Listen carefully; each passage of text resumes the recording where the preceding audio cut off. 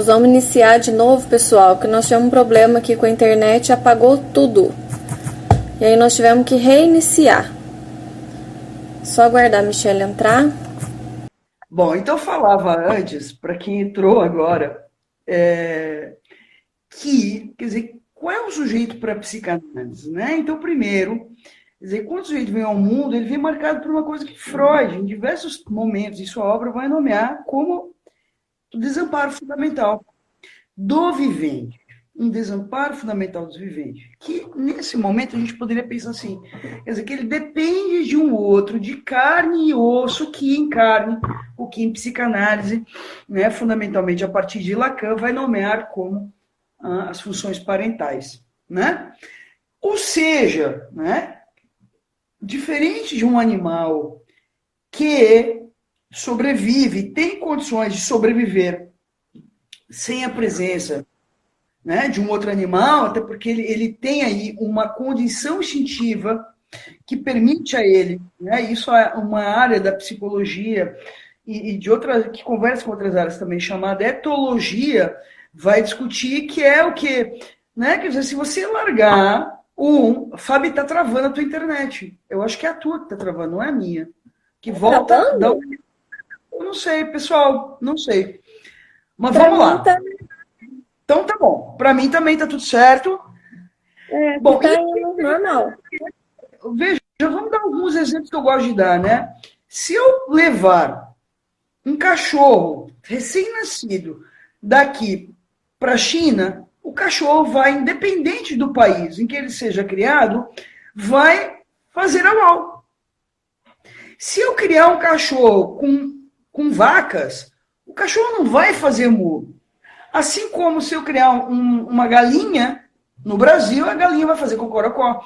Ou seja, o animal tem uma condição instintiva que permite a ele, independente do contexto em que ele esteja, né, ele está garantido o seu pertencimento à espécie, está garantido que esse animal, né, sobreviverá e fará parte da espécie animal, a espécie a qual ele pertence. Está claro isso?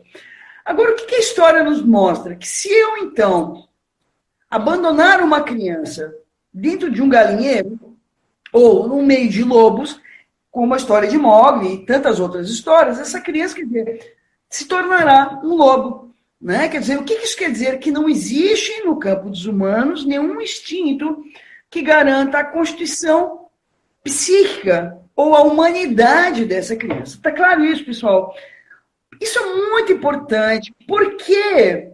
Porque quando a gente vai falar nas psicopatologias da infância e da adolescência, a gente vai falar das fraturas que ocorrem nesse processo de humanização, necessariamente.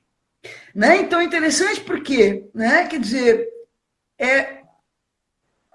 essa criança pode vir a se humanizar ou não.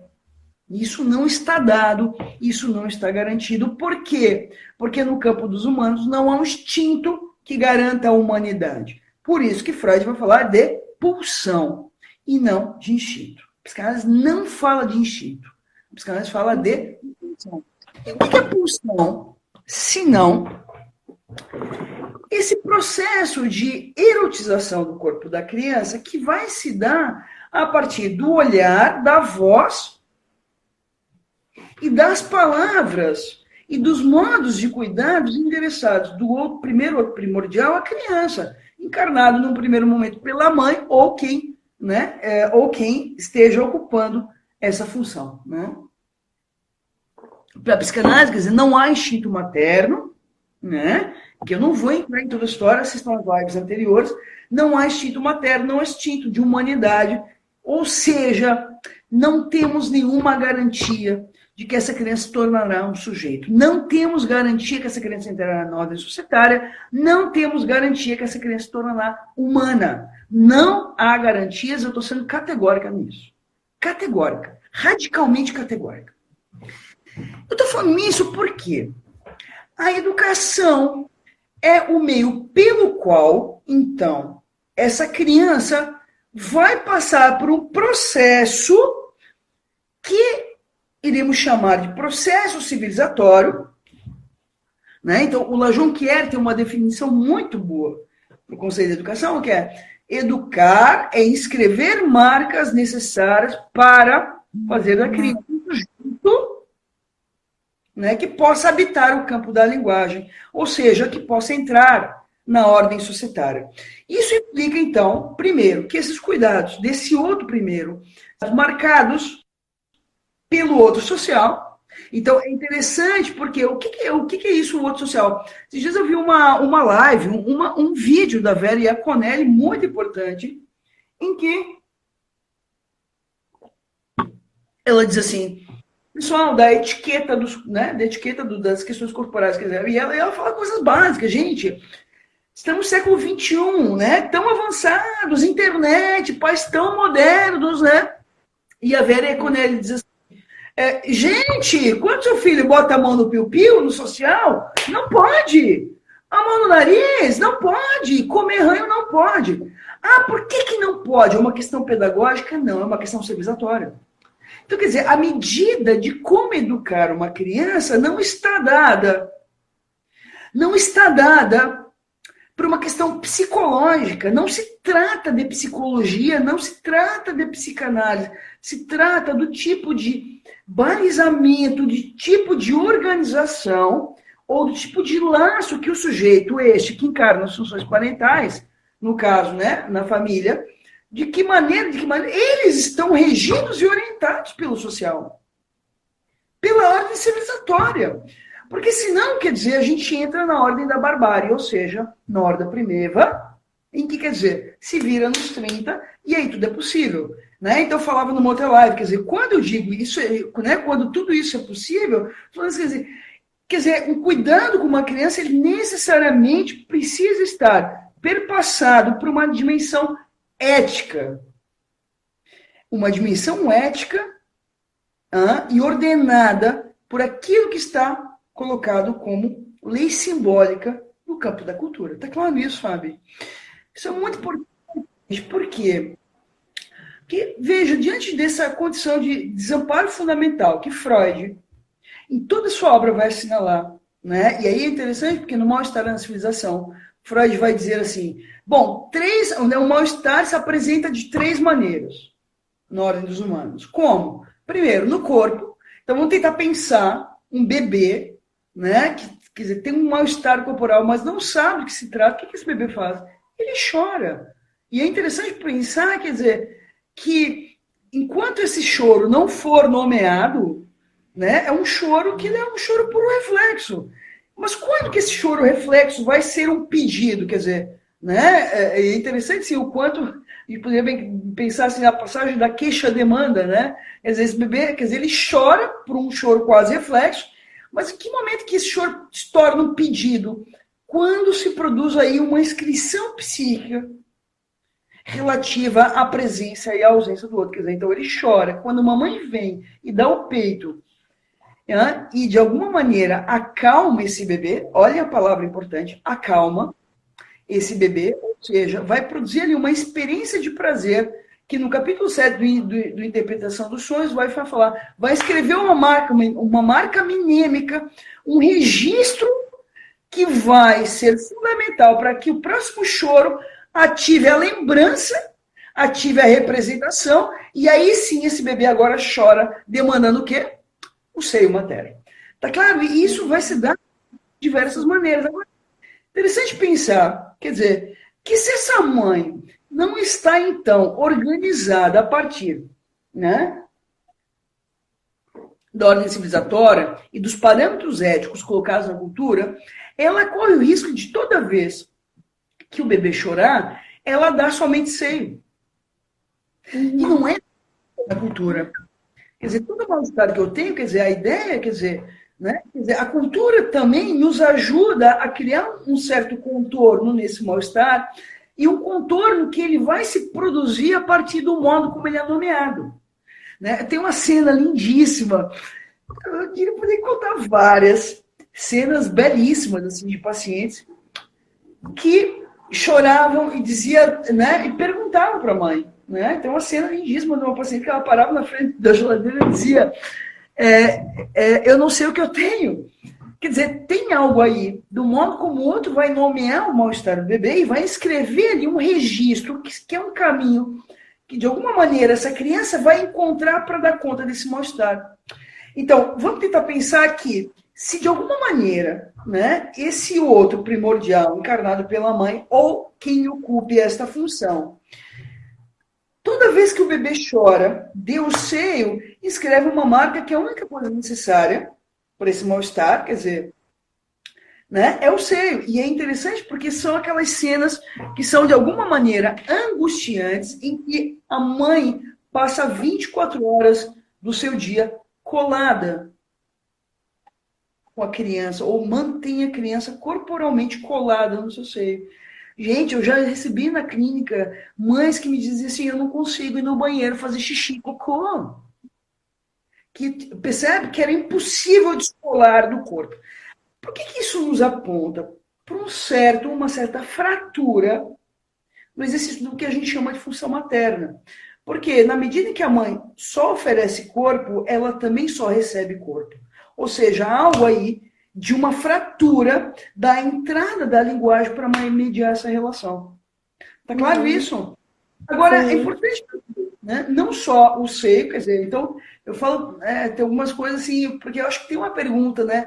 O que os pais podem oferecer além do corpo? O que os pais podem oferecer na comida?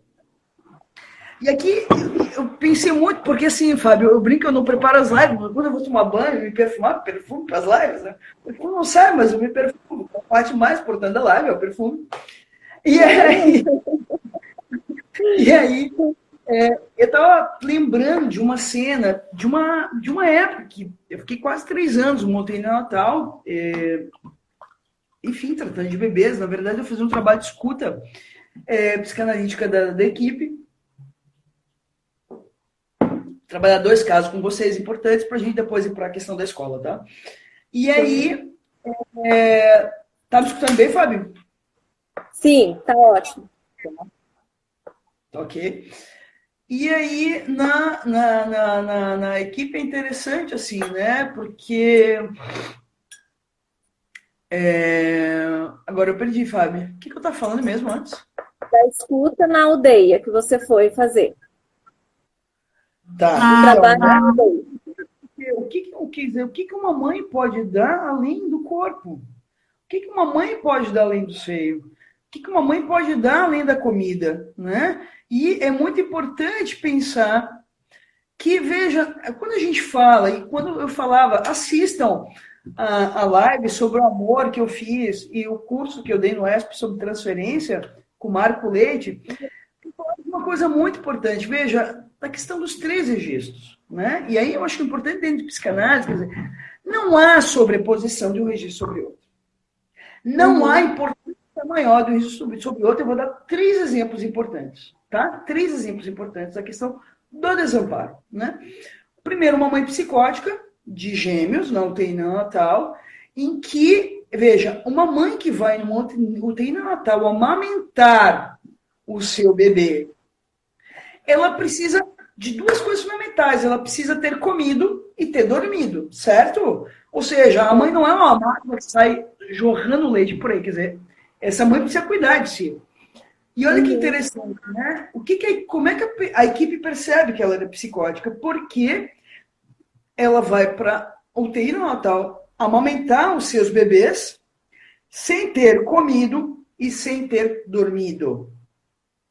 O que isso quer dizer? Que ela não conseguia amamentar essas crianças. Mas ela fazia uma coisa incrível. Ela levava livros de leitura para ler para eles. Percebe que tem um desengate aí? Quer dizer, a função dela, ela não se dava conta. Ela achava que um bebê prematuro, recém-nascido, no UTI neonatal, quer dizer, precisava, então, né, de leitura e não de seio. E não do olhar dela, e não da voz dela. Quer dizer, tem aí os encontros. E mais, né, para a psicanálise, diria, os encontros são impossíveis, gente. A vida é marcada por desencontros, já dizia Vinícius Moraes, mas mesmo assim, né, que é uma frase muito bonita do Contar, diz assim, né, o que se pode fazer numa escola? Demarcar o impossível. Mas demarcando o impossível é o que se cria aquilo que é da ordem da possibilidade, que é a diferença dos conceitos de impossível e impotência para a psicanálise. O que é da ordem do possível? É da ordem do real. Tá? Então, esse exemplo é um bom exemplo. Então, o bebê chora e a mãe dá livros de leitura para a criança, lê para a criança, esquece da comida, tá? Segundo exemplo, o bebê chora e a mãe só dá peito, não dá palavras, não dá olhar. Terceiro exemplo, a mãe dá olhar e dá palavras, né? Que aí é muito parecido com esse exemplo da leitura, né? Mas assim, quer dizer, o que eu estou apontando para vocês? Que essas três dimensões apontadas pela psicanálise do real, simbólico e imaginário, elas precisam estar presentes ali para escrever um sujeito.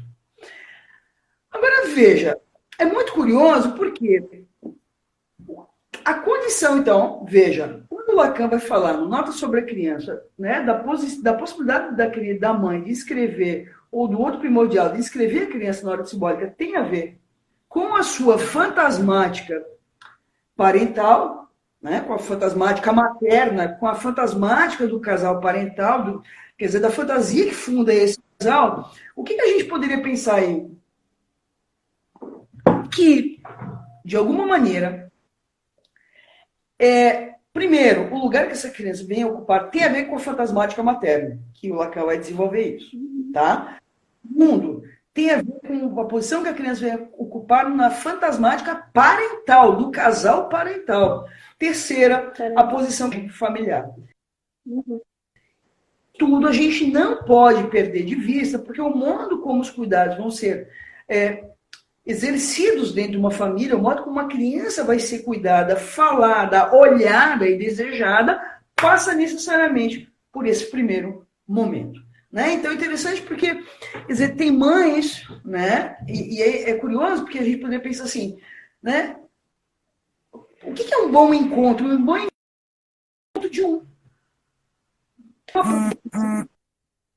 Sabe, tá tudo quadradinho. Então. O pessoal vai avisando aqui nos comentários quando tiver alguma pausa ou travar o vídeo, tá? Acho que é importante aí, tá?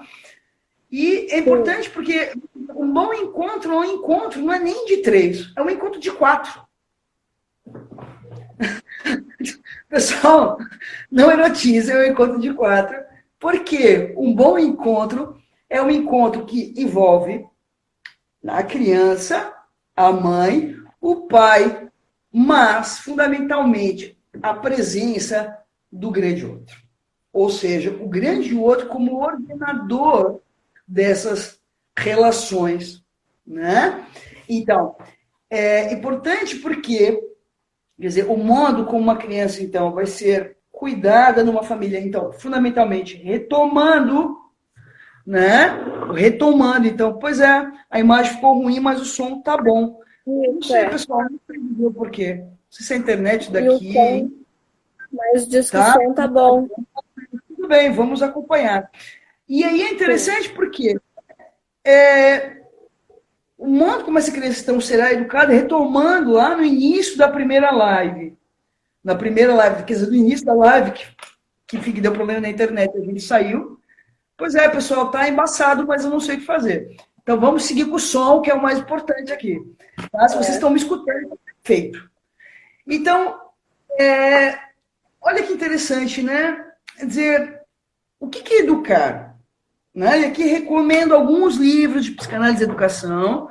Um clássico, Freud Impossível, da Catherine, Freud Antipedagogo, da Catherine Millot. Segundo livro importante, da Maria Cristina Cooper, Freud, Freud Educação, o Mestre do Impossível, que é um marco, né, no Brasil, de educação. Terceiro livro, Educação para o Futuro, também da Maria Cristina Cooper. Quarto livro, Infância, vai anotando aí, pessoal, Infância e Ilusões Psicopedagógicas, do Leandro Jonquier, que também é um excelente livro.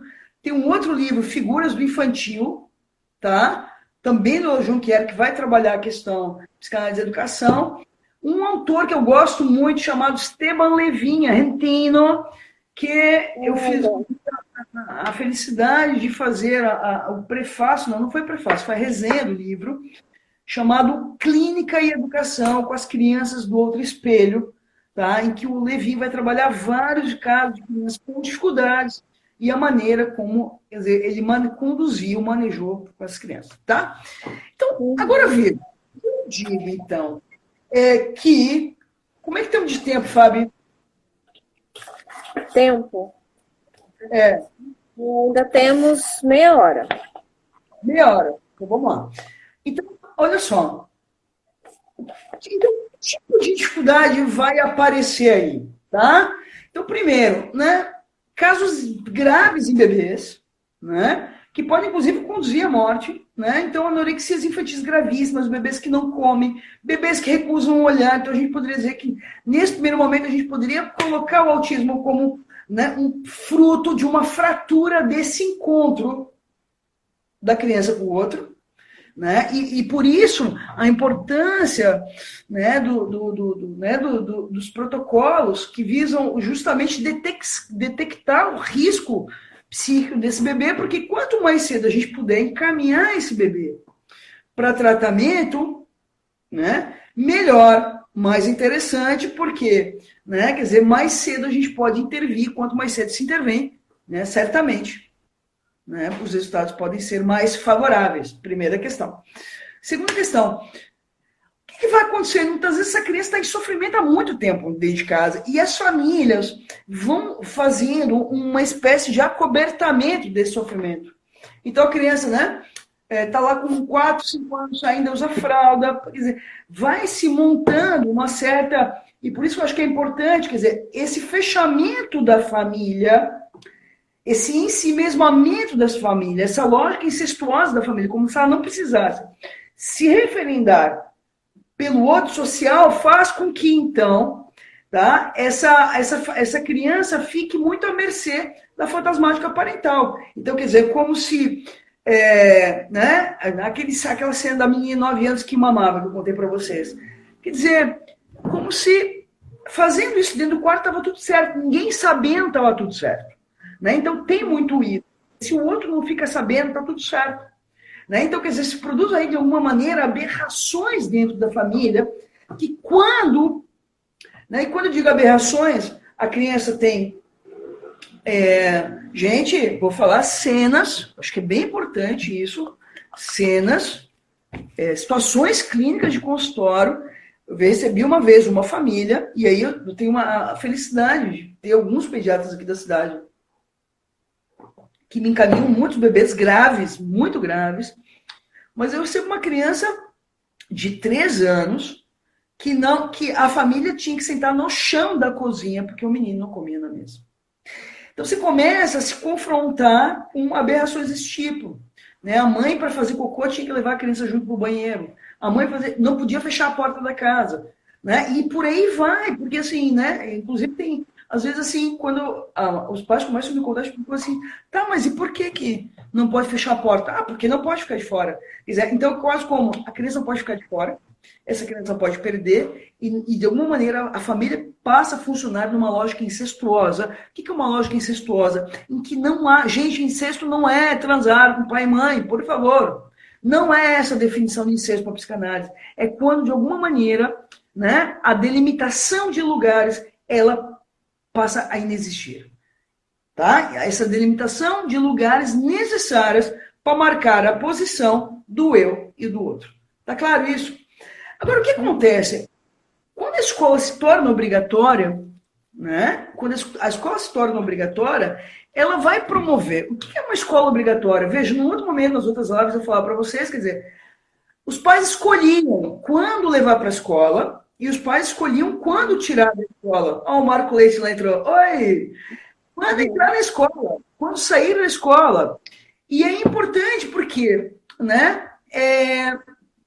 As famílias decidiam isso. É quase como uma criança não é uma propriedade privada da família. Mas quando a escola se torna obrigatória, os pais são obrigados a levar essa criança para a escola. Obrigados. Porque se eles não levarem essa criança para a escola, vem o Estado, através de um dispositivo tutelar chamado Conselho Tutelar, e vai dizer, opa, essa criança tinha que estar na escola. E se não estiver na escola, a família perde a guarda dessa criança. Eu poderia dar 1 milhão de exemplos para vocês, situações em que isso aconteceu e que isso ainda acontece. Então, de alguma maneira, quer dizer, no livro de Rinaldo, né, Adultos Privados, Crianças Públicas, ele vai discutir essa questão. Que eu falei isso numa outra live, quer dizer, né, que a criança não é mais da família, a criança agora, quer dizer, ela é tutelada, ela sofre uma vigilância do Estado, né, uma vigilância do Estado e muito bem falado no Ordem Médica e Norma Familiar, do Júlio de Freire Costa, onde ele vai trabalhar. Quem quer trabalhar e discutir isso, gente, leia esse livro, porque ele vai trabalhar como é que vai se dar o processo de tutelarização da família, perfeito?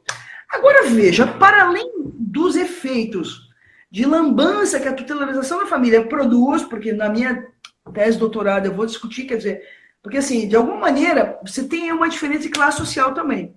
Quando a criança entra na escola e a escola começa a fazer, né, a entrar com uma demanda civilizatória, porque isso que acontece, tira a mão do pênis, tira a mão do nariz, senta direito, come direito, fala direito, vá ao banheiro, né? Quer dizer, a escola convoca a criança, e aí, nesse sentido, gosto muito do livro da Rosa, sobre a creche, em que ela vai falar da escola como esse terceiro que vai, então, fazer esse convite. Epa, vamos funcionar a partir do social. E a família, de alguma maneira, se sente o quê? Desautorizada, muitas vezes, ou se sente invadida, né, por essa entrada da escola.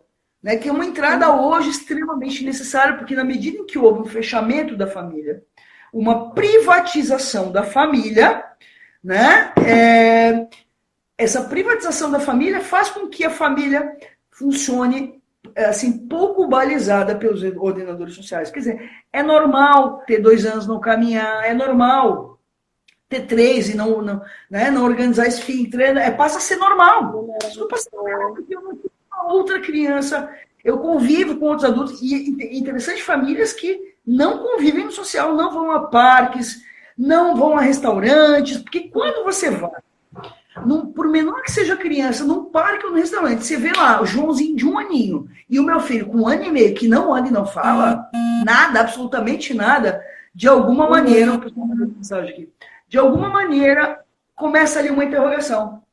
Percebe? Aí no social introduz você. Mas espera aí, o que acontece então? Por que será que o meu não anda? Será que ele tem algum problema? Percebe? Então, uma interrogação que ela é necessária, e aí, se, por sorte, né, essa criança cai na mão de um bom profissional, o que é cair na mão de uma profissional? Que não patologize o atraso da criança, que não patologize a dificuldade da criança, quer dizer, vai poder fazer uma coisa muito importante, que é ajudar, o louco lá falando, né? Que é ajudar essa família a se ordenar a partir desse terceiro social. Então, quer dizer, né, é muito curioso, porque muitas vezes, né, às vezes a própria intervenção, e aqui eu quero lembrar do conceito de educar e tratar, né, instituído pela Maria Cristina Kupfer, que é, quer dizer, o que é tratar? Tratar é educar, e educar é tratar. Quer dizer, então, o que é um tratamento se não ajudar essa família? O que é uma educação se não ajudar essa família e ajudar essa criança a funcionar a partir do outro social? Tá claro isso? Não tem nenhuma outra revelação, nenhum segredo, nada além disso. É uma coisa muito simples, mas veja, as coisas simples são as mais complexas. Né? Eu acho que e nisso a psicanálise ela acerta, porque ela justamente, quer dizer, vai trabalhar com isso, que é o básico. Percebe? Que é essa coisa pequenininha que ninguém vê. Né? Então, só fica lá, testes e não sei o quê. E não olha o básico. Não olha a criança, não olha a família, não olha a escola, não olha a professora, não escuta absolutamente nada. Então, né, quando a gente pensa então, nas possibilidades de tratamento, no tratamento de uma criança, quer dizer, eu não posso olhar uma criança sem olhar quem é a família dela, a história dessa família, o funcionamento dessa família, a linhagem dessa família, quer dizer, né, porque assim, sim, a história familiar e geracional. Lacan vai discutir isso em vários momentos, quer dizer, né, que uma loucura não se produz uma geração.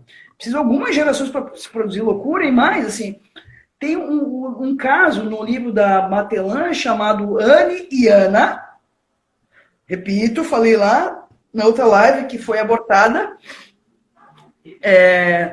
que foi o início dessa, que, né, caiu a internet, que então falava do livro O Sorriso da Gioconda, no caso Anne e Ana, em que a Catherine Matelan vai trabalhar o caso de uma menina em que, vou fazer um spoiler aqui, em que, quer dizer, o não lugar da filha tinha a ver com uma lógica da própria história da mãe. Quer dizer, isso nunca é o acaso, não é que os pais são sem vergonhas.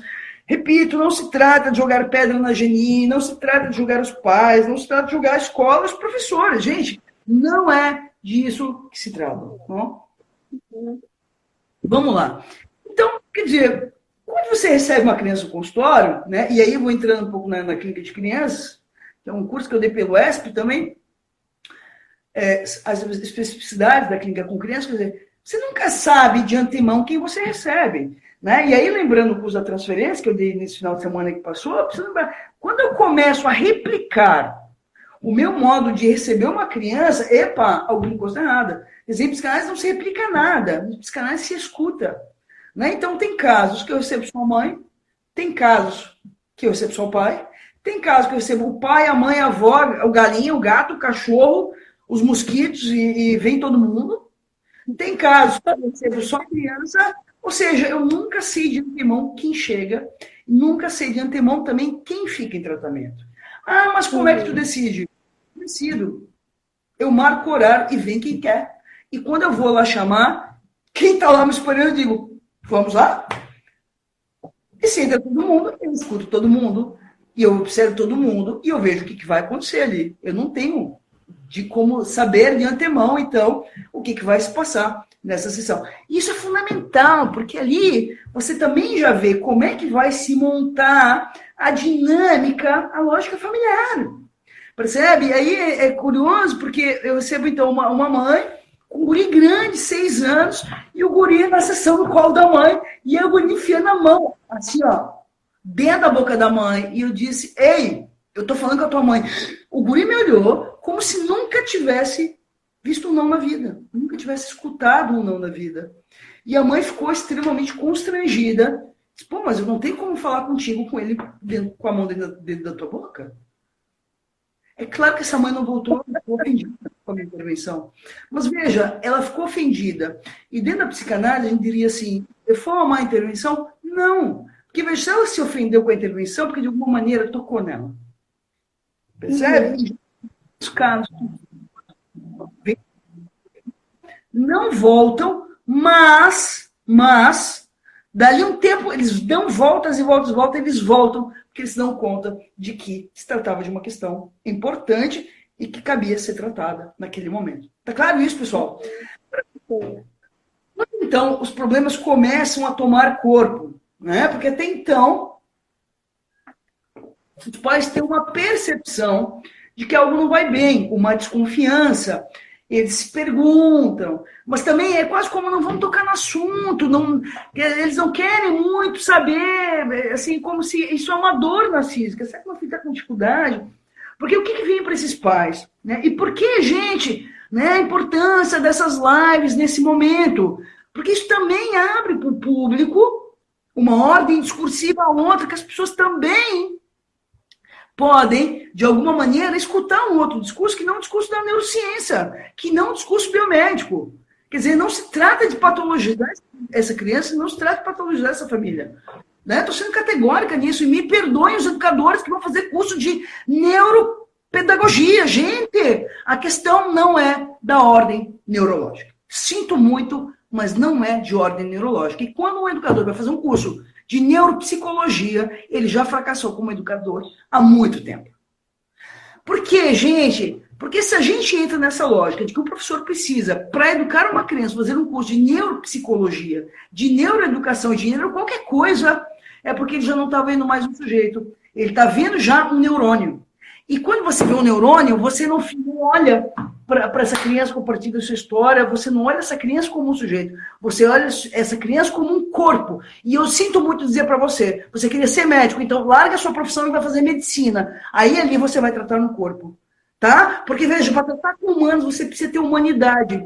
Para educar uma criança, você minimamente tem que estar na posição de educador. Para ser uma mãe e para estar nesse lugar, você, quer dizer, de alguma maneira, quer dizer, tem que ter disponibilidade para isso. E não é da ordem da consciência, porque isso também tem a ver com a história pessoal dessa mãe.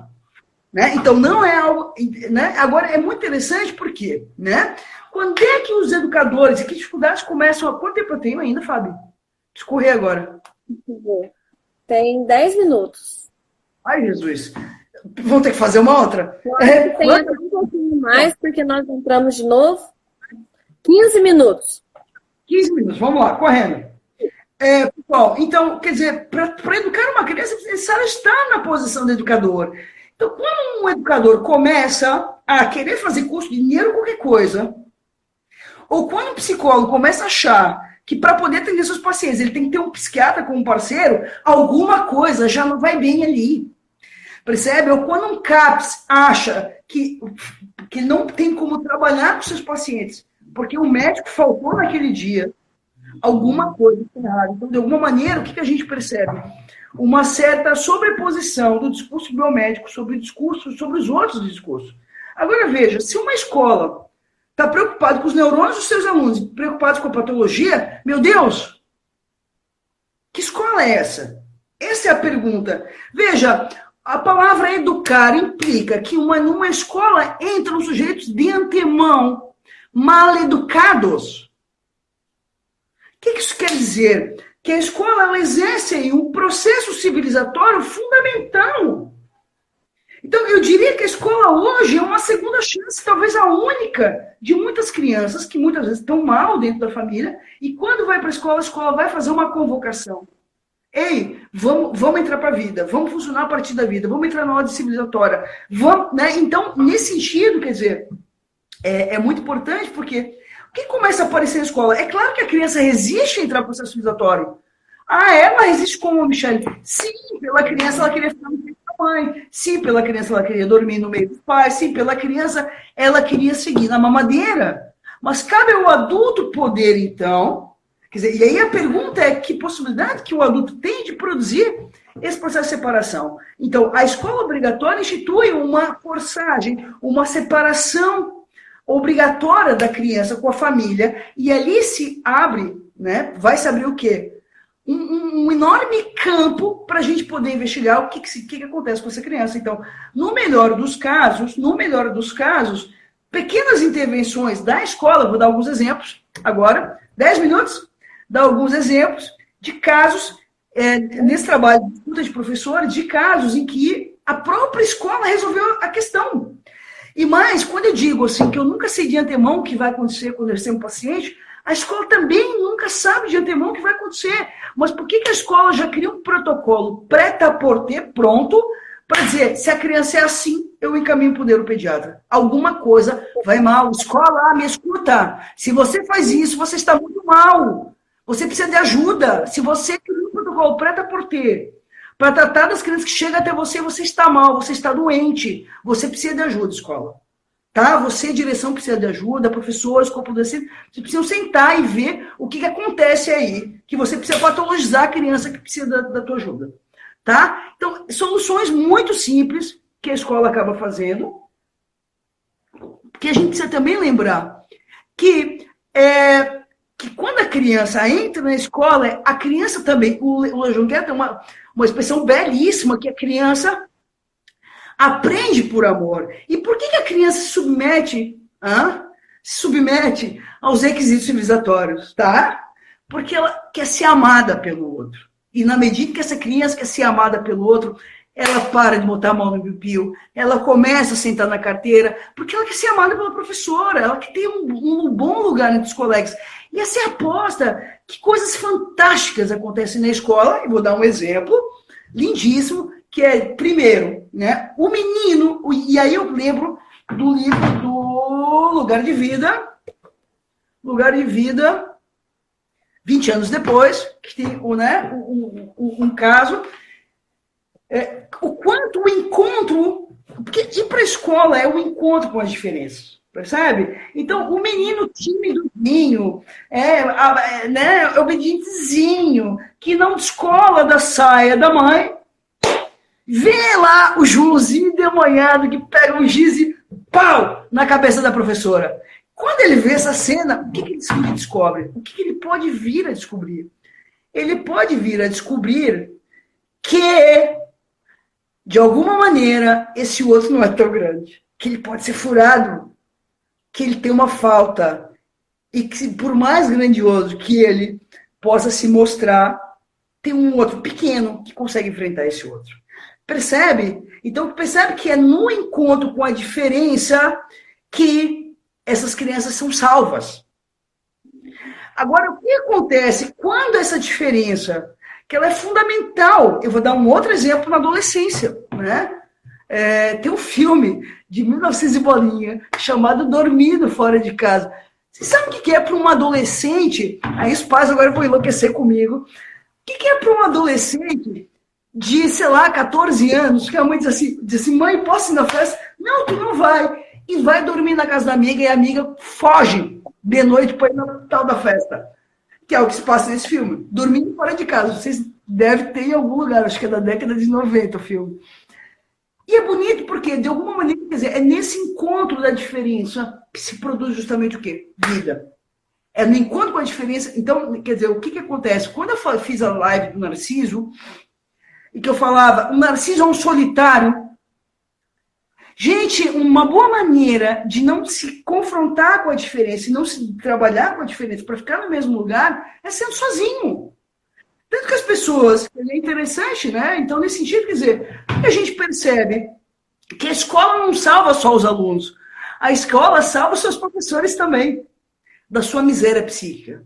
A escola salva esses professores de casamentos fracassados. A escola salva de relações doentias. Ou seja, a ida para a escola, e mais, quando eu digo a ida para a escola, não é para a ida para a escola, instituição. Né? Eu digo a ida para a escola como a ida para o outro social. É uma ida que coloca interrogações e que coloca a possibilidade do sujeito poder se reinventar. E o que é se reinventar se não fazer uma análise? Ou seja, a reinvenção, ela se produz a partir do encontro com o outro. Encontros verdadeiros. E aí, quantos minutos eu tenho?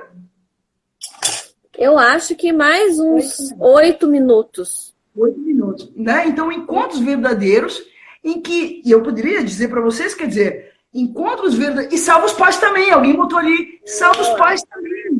Porque muitas vezes é interessante, vou contar algumas situações, que palestras que eu fui dar na escola, e muitas vezes os pais escutam coisas, né, de professores, ou veem coisas que se passa na relação da criança com o seu professor. Sabe o que os pais dizem? Eles dizem assim, eu não entendo. Por que aquele obedece tanto em casa e ele não obedece? Não se trata da mesma criança, gente, porque nós somos um na relação com o outro, e não somos o mesmo.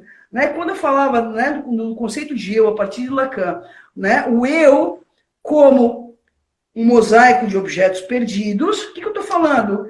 Que é no encontro com o outro que eu posso me reinventar como sujeito. Então, tenho muitos encontros, se reinventem à vontade. E nisso, eu diria que a escola, hoje, né, porque assim, eu preciso lembrar para vocês que quando a Hannah Arendt, no Entre o Passado e o Futuro, vai falar de uma recusa do passado, e um determinada, quer dizer, declínio da autoridade, ou da posição de autoridade, gente, todas as instituições declinaram. Igreja declinou, tá? Todas, o Estado, enfim, quer dizer, a gente tem uma relação, a gente caçou das igrejas, a gente caçou do Estado, a gente caçou dos políticos, assim, mas a escola ainda, de alguma maneira, tem um lugar ordenador dos laços na vida social. Né? Quer dizer, então, nem diferente do encontro, né? Agora, o que eu estou convidando né? Eu vou finalizando a live por aqui, porque eu não quero ser cortada pela metade, pelo encerramento, que eu sei que o Instagram vai. E eu preciso finalizar bonito, porque eu acho que eu falei de coisas muito ricas hoje, e muito importantes, que não é só para a escola, para os professores, né? E para nós, mas eu acho que é importante para a vida. Porque o que é a vida, se não renovar cada dia uma aposta no viver junto? É isso, né? Então, o que eu quero dizer para vocês? Quer dizer, de alguma maneira, né? Um encontro pode alterar o rumo de uma história. E eu espero que a ida para a escola, tanto para os pais, quanto para a família, quanto os professores, possam constituir um bom encontro. E eu diria que um bom encontro, ele consiste fundamentalmente na possibilidade de a gente se acolher enquanto ser humano. Tá? Isso não é uma live de autoajuda, é uma live de uma psicanalista falando, né, quer dizer, de quanto é importante a gente poder se acolher, né? Porque o que a gente vê de alguma maneira, né, é a escola rivalizando contra a família rivalizando contra a escola, os professores rivalizando, os psicanalistas rivalizando entre si, os colegas rivalizando, e é isso, é a lógica, né? Leia um livro, Escritas do Ódio, a lógica do ódio imperou, né? E eu diria assim que, de alguma maneira, né, quando você sustenta uma posição desejante, uma posição de acolhimento do outro, mesmo que ele venha com muito ódio. Eu passei por uma situação muito parecida há pouquíssimo tempo atrás, né? Eu diria o seguinte, que você pode fazer a diferença, e eu convido a todos que estão assistindo a live, né, que eu acho que é no 1 a 1, né? E se cada um puder acolher essa diferença como sendo bem-vinda, e que uma diferença que coloca interrogações, eu acho que a vida pode ser bem diferente. Tá bom, gente? Obrigada. E espero vê-los no outro momento. Dia 5 de novembro, vou fazer uma conferência de abertura do Congresso de Psicologia da UBRA Santa Maria. Então, se puderem, a inscrição é gratuita, online. Tá? Vai ser numa segunda-feira, às 19h30. Tá bom? Um abraço a todos. Obrigada. Maravilhoso. O pessoal está comentando aí, eu estou arrepiada daqui. Que lindo, Michele. Muito obrigada, que lindo. As meninas aqui, professoras da escola, estão todas aí aplaudindo, porque eu tenho muito orgulho dessas meninas, que a nossa escola é diferente. Por isso está aqui com a gente. Michele, muitíssimo obrigada. Coração. De alguma maneira, Fábio, o movimento de vocês também produz uma diferença em quem está assistindo. Que outras escolas também possam se deixar trabalhar, que possam se interrogar, né? Porque assim, é muito fácil o pediatra mandar a criança com um diagnóstico. Isso é o básico. Quer dizer, isso não ajuda em absolutamente nada, e a história já mostrou que só destrói vidas. Não ajuda em absolutamente nada. Com certeza. Com certeza. Tá bom? Gente, boa noite. Obrigada a todos pela presença. Um abraço. Obrigada a todos que estão aí. Um grande abraço. Daqui a pouquinho eu vou fazer o sorteio do livro e a gente combina que assim que o seu sair, nós vamos sortear o seu. Combinado? Combinando. Então tá bom. Beijão, Michele. Obrigada.